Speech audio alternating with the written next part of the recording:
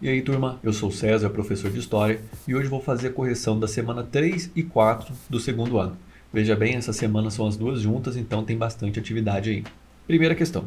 Essa é uma questão da FUVEST de São Paulo, e a questão é: a invasão da Península Ibérica pelas forças de Napoleão Bonaparte levou a coroa portuguesa, apoiada pela Inglaterra, a deixar Lisboa e instalar-se no Rio de Janeiro.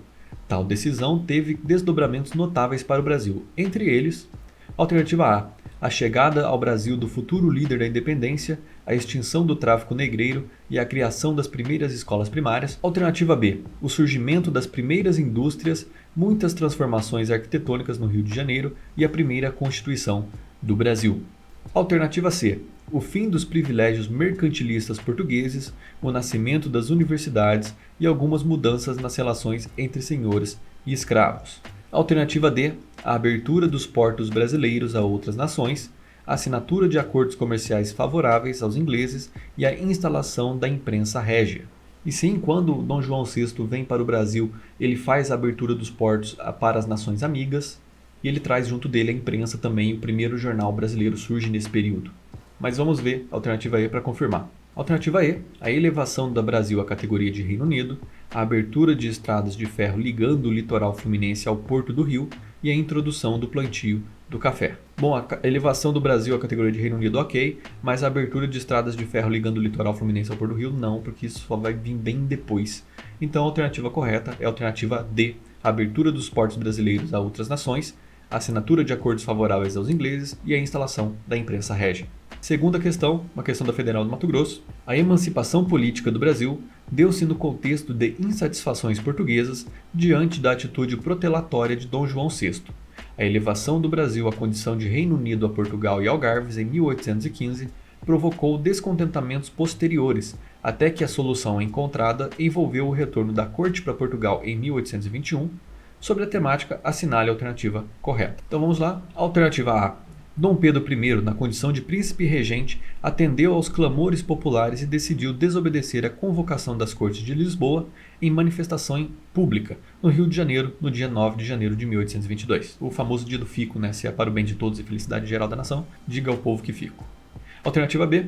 Os partidários da manutenção da corte portuguesa no Brasil eram favoráveis à abolição da escravidão, à reforma agrária e ao rompimento definitivo com a antiga metrópole. Alternativa C.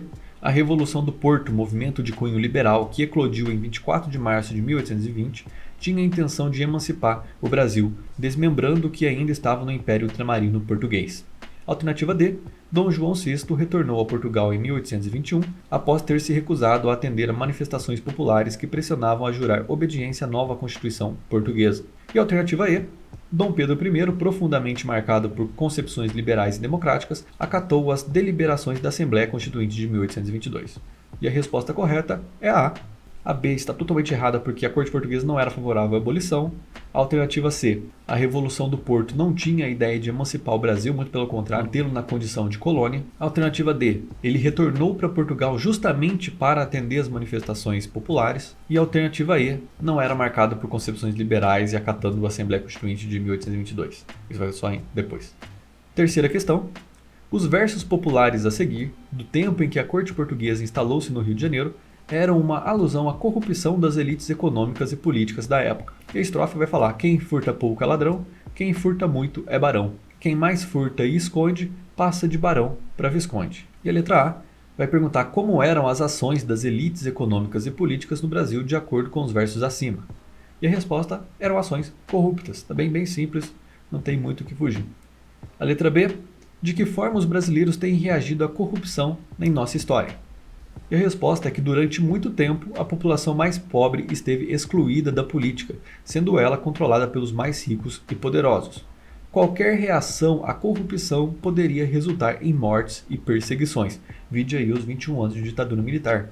Após a redemocratização em 1985, uma consciência acerca da política foi crescendo na população, embora muitas vezes influenciada pela mídia e reagindo de diferentes formas, como manifestações, projetos de lei, a lei da ficha limpa, incentivos a meios de fiscalização dos políticos, Lava Jato, essas coisas que teve nos últimos anos aí.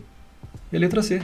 Pesquise denúncias de corrupção na história recente no Brasil e crie uma campanha de combate à corrupção.